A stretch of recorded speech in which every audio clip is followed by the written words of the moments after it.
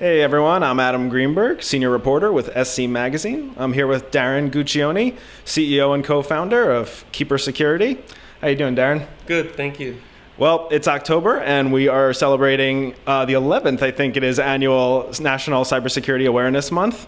Darren, what are some of the things that people in the industry need to be focusing on this year for National Cybersecurity Awareness Month? I think prevention, just the whole concept of prevention and the proactive mindset and engaging in cybersecurity best practices and security measures, whether it's with yourself or with your company or organization, is really the key.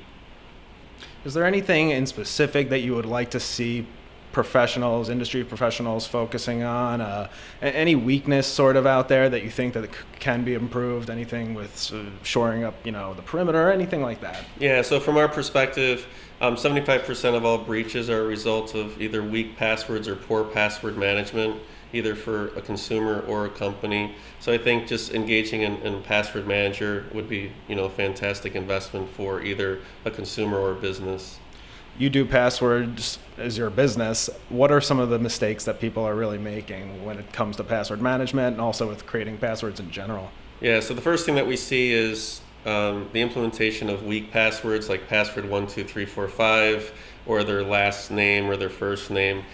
Using simple passwords and replicating those passwords across multiple sites and services is really the main thing that we see as a big problem.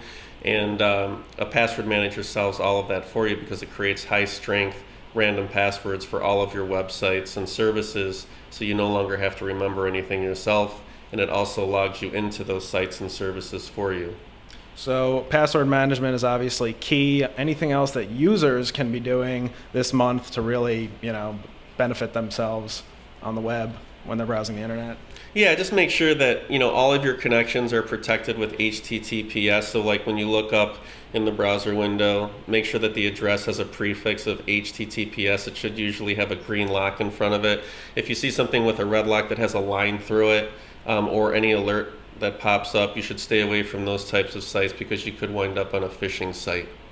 Should people be using any anti-malware, antivirus, anything like that, or any type of other types of products, general products that could really be helping them out? Yeah, I think like antivirus is always great, right? But there's two sides, right? So now we have antivirus and we have anti-theft, and so you have to be proactive when it comes to both of those things. So using security measures that address antivirus and malware, as well as password management to protect against anti-theft, also encryption types of software, which is what we recommend companies and consumers invest in.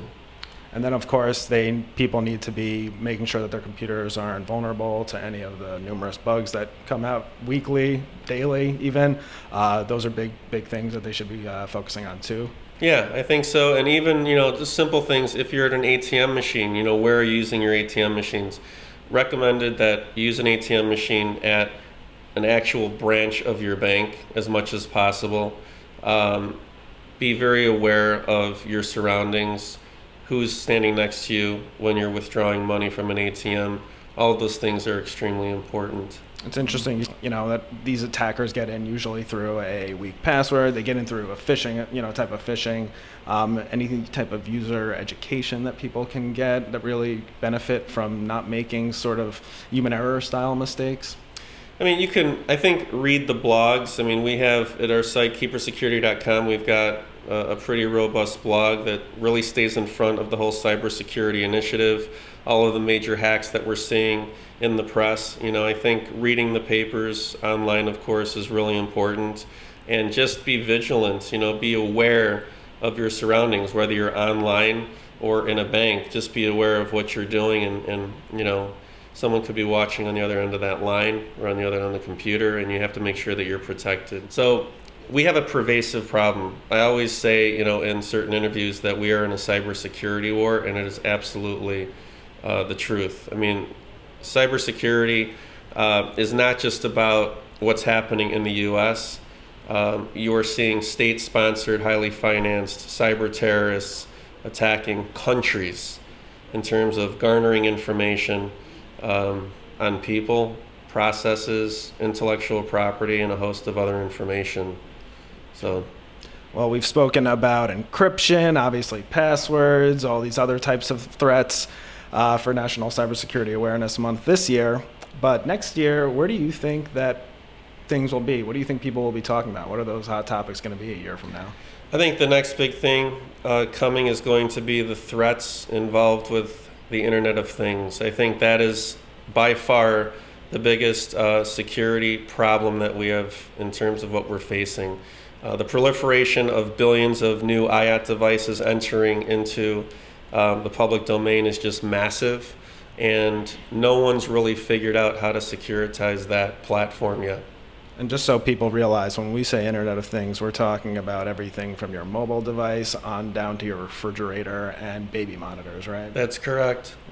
All right, so it's definitely something we have to work on. Well, I am Adam Greenburg, senior reporter with SC Magazine, here with Darren Guccione, CEO and co-founder of Keeper Security, and thanks for tuning in.